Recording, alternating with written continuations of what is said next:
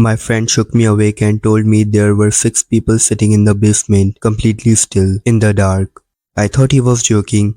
I really wish he had been. A few years back, me and my 3 friends booked a cabin out near the mountains for the weekend. Nothing complicated. Hike during the day, forget about work and school for a couple of days. I'd worn myself out on the trail that afternoon and gone down for a nap, while the other two, Marcus and Tyler, started grilling out on the porch. I woke up to Derek shaking me. His voice caught somewhere between a whisper and total silence. "There's people in the basement," he said. I sat up, still half asleep, trying to make a sense of the shape hovering over my bed in the dark. He said it again, quieter this time, like he was scared of the walls themselves might hear him. "6 of them," he said, "down there right now, and we needed to leave." I want to be clear, the rental house owner had made it very strict rule when we booked the place.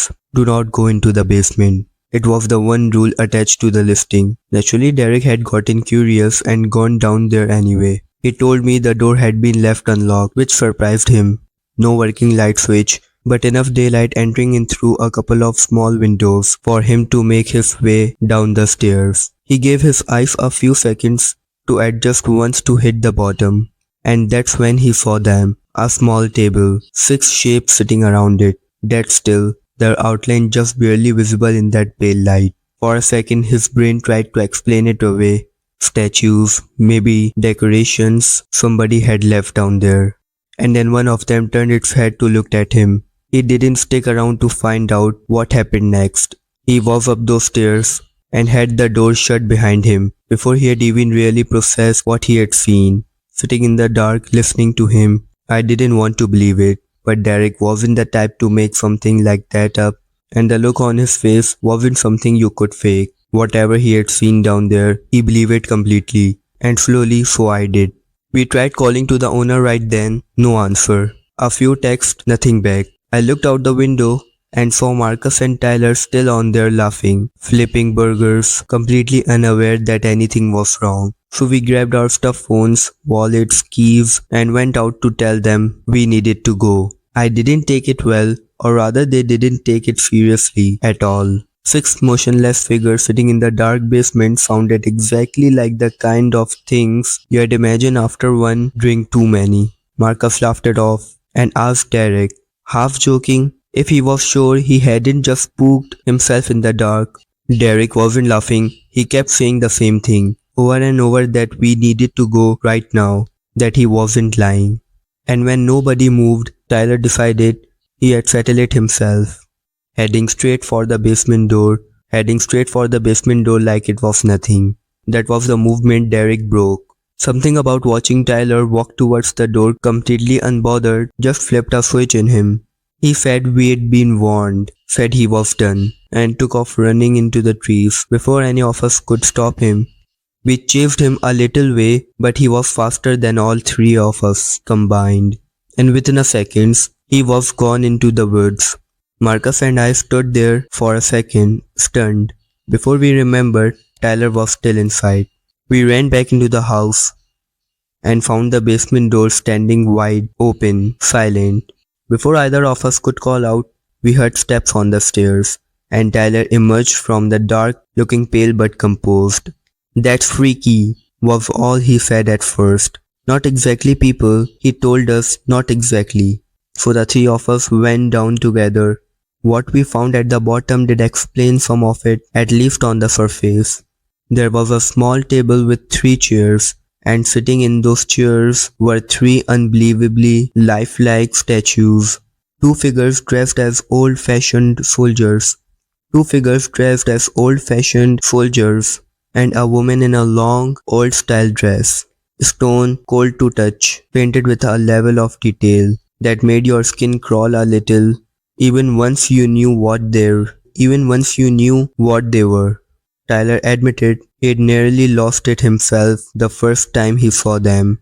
Marcus, relief creeping into his voice now that there was a rational explanation on the table, started joking about how much something like that might be worth. It made sense, in a way.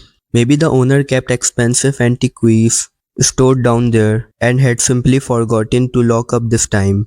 I wasn't as quick to relax. Something still wasn't sitting right with me. I knew Derek well enough to know that three creepy statues, however unsettling, wouldn't have sent him running into the woods like that. Marcus was scrolling through the photos he had just taken when I noticed his face change. He lowered the phone slowly. "There's another one," he said, in the corner. At first, none of us could see what he meant. Then our eyes adjusted a little further into the darkest part of the room, and there it was, it tall, easily 7 feet, its head rising well above a bookshelf beside it. The bottom half of it was completely swallowed by shadow, but what little light reached the top showed something that looked like an old military helmet, the round steel kind you had seen in the photographs from 100 of years. Nobody moved towards it. We just stood there, and I could feel the atmosphere in that room shift. The three of us slowly realizing at the same time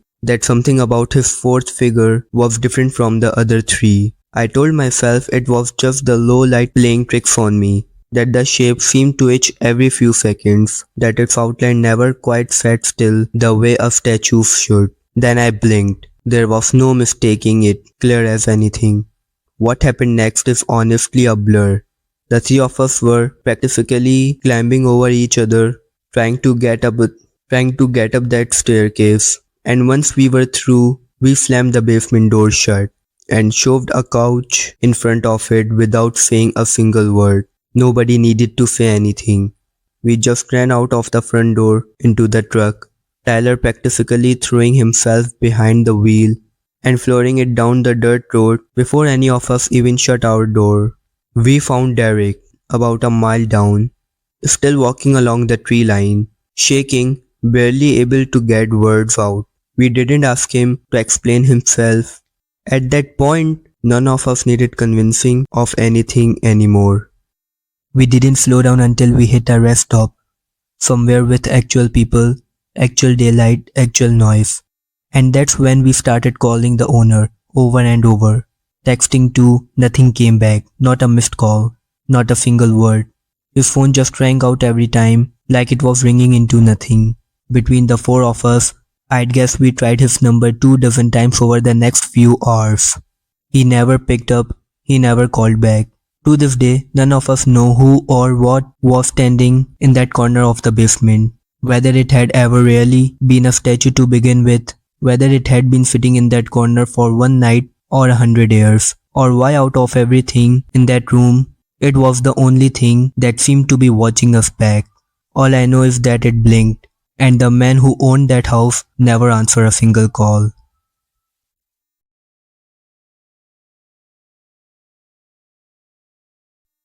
We had a rule in that house: you could sit in the first room in the dark for 10 minutes. Nobody ever chose the second floor, until my little brother did. I've never been the kind of person who gets scared. I've jumped at loud noises, sure, caught something move in the corner of my eye, and felt my stomach drop for a second.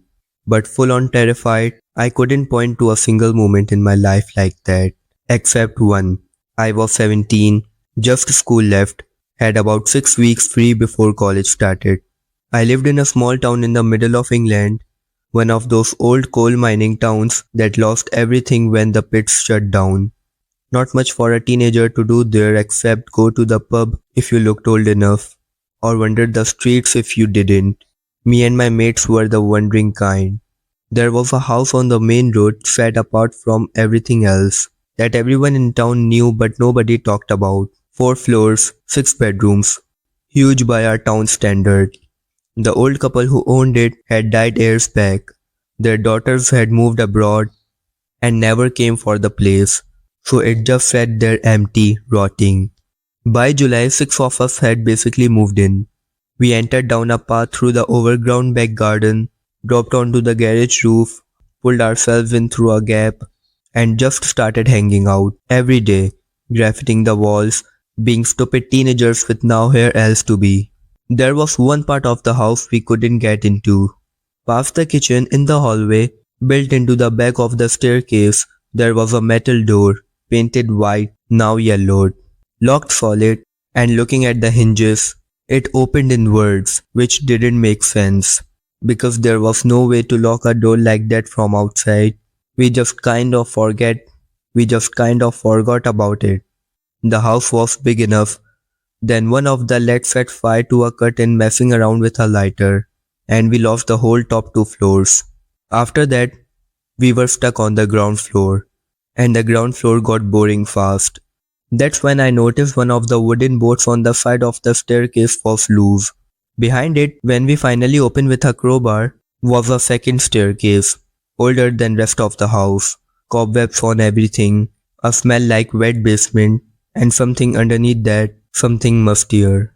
It led straight down to the metal door, except now we were looking at it from the outside. And pushed up against it, at the top of the stairs, blocking it from opening, was an old fridge, one of the square, waist-high ones.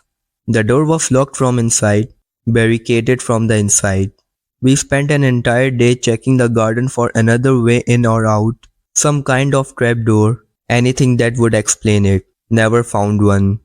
Eventually we just stopped asking and started using the space.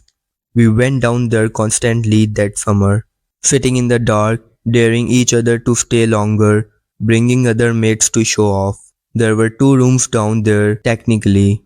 The first one had an old table in the middle, a bent metal plate on it, a bottle of something dark and rotting none of us wanted to smell too closely.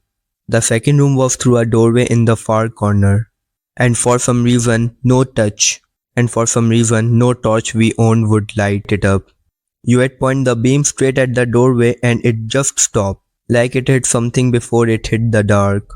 Nobody ever went in there, not once, all summer. When people asked why, they had just said they didn't feel comfortable. That was the exact phrase every time. Didn't feel comfortable. We turned it into a whole thing eventually. New people would come through the garage, 10 minutes in the first room with the torches off, or 5 minutes in the second room. Almost everyone picked the first room. A lot of them still bottled it before the 10 minutes were up. Then my little brother showed up with his friend. He was 2 years younger than us, and we had kept the house strictly our age group up to the point. But he wore us down eventually, and we brought him and his friend along one night. Walked them blind through the garden with jumpers tied over their eyes. Dropped them in through the garage. We gave them the 2 options. First room, 10 minutes. Second room, 5. Second room, they said, both of them at the same time. We laughed. We figured they'd changed their minds the second they got down those stairs. They didn't. One of the lads went up and sat on the fridge like always. I took my usual spot at the bottom of the stairs. My brother and his mate came down slow, clearly trying to act unbothered, sticking close together the whole way. I pointed my torch through the first room towards the second doorway and told them that was the one they had agreed to. My brother's friend went in first. My brother looked at me for a second before he followed. I told him he didn't have to do this. He just shook his head and walked in after his mate. I started my watch, 5 minutes. I could hear them for a bit muffled, like voices through a door, even though there wasn't one. Then the guy on the fridge jumped down, left me alone at the bottom of stairs. That's when I noticed how cold it had gotten. We had been down there hundreds of times by that point. It was always a little cool, never uncomfortable, and there was never a breeze. But standing there, checking my watch, I could see my own breath. The voices from the second room had stopped. I called out, nothing. Called out again, told them to quit messing about, that time was up. Still nothing. I stepped into the first room and pointed the torch at the second doorway, and just like every other time, the torch hit nothing. Stopped dead at the frame, like there was a glass. Leave now. I moved closer, called my brother's name, and then a voice came out of that room. Not his friend's. Deep, distorted, like it had been pulled through something before it reached us. I didn't move, I couldn't. And then both of them came running out of that doorway, white as anything, crying, and they shot straight past me towards the stairs. That snapped me out of it. I ran after them. Before we got to the stairwell, we heard it. Four huge bangs, and the sound of wood splitting apart right where the staircase was. The fridge had been thrown into the walls at the bottom of stairs. We climbed over, the steps were wrecked, splintered wood sticking up everywhere, and somehow none of us got cut going up. Halfway up, I looked over at the hole in the wall we had made and past it the metal door. The one that had been locked the entire summer. No key anywhere. We had looked. It was standing wide open. Light from the garage was pouring straight through it, lighting up the whole staircase like it was showing us the way out. We didn't stop to think about that. We ran through it, over the table, up through the garage roof. We didn't stop until we hit the field behind the fence. Everyone else who had been in the house that night was already sitting in there in the grass, waiting, silent. Nobody said a word. My brother and his friend just cried for a long time, and the rest of us led them. Then we all got up and went home. My brother didn't say anything to me the whole walk back. He went to his room, I went to mine. We never really talked about it again. The house stood empty for another year or two before it got demolished. New houses went up where the garden used to be nice once, from what I hear. But nobody ever built directly on top of where that cellar was. I've never had it confirmed, but apparently the construction crew wouldn't fill it in, just bricked it up and left it as open space underground, even though it was more than enough room for another house. My brother would not walk past that street.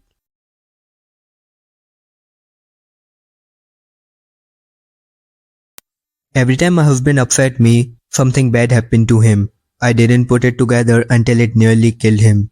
My husband was overseas with the military, and I had to move myself and our two daughters into base housing on my own. Except I didn't want base housing. I wanted a real house with a yard, somewhere my girls could actually run around. So I found one, a rental, over 100 years old, sitting out on a quiet stretch of rural land with more grass than I knew what to do with. The rent was cheap for what it was. I should have asked myself why. The first few weeks were normal, unpacking boxes, figuring out which cabinet the carrier went in, that kind of things. My daughters were young, maybe 5 and 7, and they claimed the biggest room upstairs as theirs within the first hour. I set up the washer and dryer and deep freezer down in the basement, since that's where the hookups were. The basement itself was dark, low-ceilinged, and always a little damp no matter what I did. I never let the girls down there. They didn't need to, everything they needed was upstairs. The only way into the basement was through a door in the kitchen, and that door happened to sit right next to the back door, maybe 3 feet apart. That detail matters because of what happened next. A couple of weeks after we moved in, I heard knocking. I was in the living room and it sounded like it was coming from the back door, so I got up and went to answer it. As I got closer, I realized the sound wasn't coming from the back door at all. It was coming from the basement door. I stood there for a second. My kids were both in the living room with me. There was no one else in the house. I opened the basement door anyway and looked down into the dark. Nothing. No one. I chalked it up to the house settling. It was old. It was probably just pipes or wood shifting. I went back to what I was doing and didn't think much more about it, except it happened again and again, at least once a week. Sometimes more. That same knocking would come from the basement door, always sounding like it was the back door until you got closer enough to tell the difference. I asked around the neighbors, the landlord, nobody said a word about the house having a history. As far as anyone told me, nothing bad had ever happened there. Around the same time, I'd hung a photo of me and my husband on the wall near the front door. Nothing special, just a nice picture from before he deployed. Some mornings, I'd come downstairs and find it flipped completely upside down, hanging by the nail like that. Other mornings it wouldn't even be on the wall. I'd find it lying on the floor, under a chair or the couch, like it had been pulled off and dropped. I'd just put it back, straighten it, hanging it up, move on with my day. I didn't have time to sit and think about what it meant. Single mom, 2 kids, full house to run. My parents came to visit a few months in. We were all sitting in the living room, catching up, when the knocking started on the back door. I tried to just keep talking over it, the way I trained myself to by then. My mother, who was about as no nonsense as they come, was not having that. She got up to answer it herself, annoyed that I was apparently too rude to greet whoever was outside. I followed her, telling her not to bother, that it was nothing. She gave me a look like I'd lost my mind. She opened the door. No one was there. She didn't say anything. She just turned around, walked back into the living room, picked up her purse, and told my father she had been waiting in the car. He drove her 3 hours home that same day. She never came back to that house again. My husband eventually came home from his deployment, and not long after, we had some friends over. We were all in the living room, and one of the husband stopped mid-sentence. He was staring past me at the wall by the front door. Then he said, calm as anything, "Get the baby, it's time to go home." We turned to look at what he was looking at. The photo of me and my husband hanging right where it always did was slowly turning upside down. Not falling, not swinging, turning on its own, like something was rotating it from behind the frame. They left within a minute. I didn't take longer after that to notice a pattern. Whatever was in that house didn't seem to care much about me or my kids. It went after my husband. Every single time he did something to upset me or the girls, an argument, a short temper, whatever, something would happen to him afterwards. Nothing happened on the days things were fine. It was only ever after. The worst one came after we had a bad fight. He left the house to cool off, said he was driving to the store. He called me from the road, still a little tense from the argument, saying he was almost there. A few minutes later, the call came back, different this time. The rear wheel on the driver's side had come clean off the truck while he was driving. He lost the control and wrecked it on the way into the parking lot. He wasn't seriously hurt, but he called me from the scene, and the first thing he said wasn't about the truck, it was that he was sorry for the fight. We started calling it Hardy after that, mostly as a joke, because it felt easier to make light of something we couldn't explain than to sit with how unsettling it actually was. Hardy stuck around for the rest of our time in that house, and it followed us, somehow, to the next base we were stationed at. Same knocking, same photo. It stopped completely the day my husband and I finalized our divorce. I've never been able to explain that part. Not the knocking, not the photo, not the wheel coming off a truck that had been inspected a month earlier. But I know Hardy got what it wanted, the end.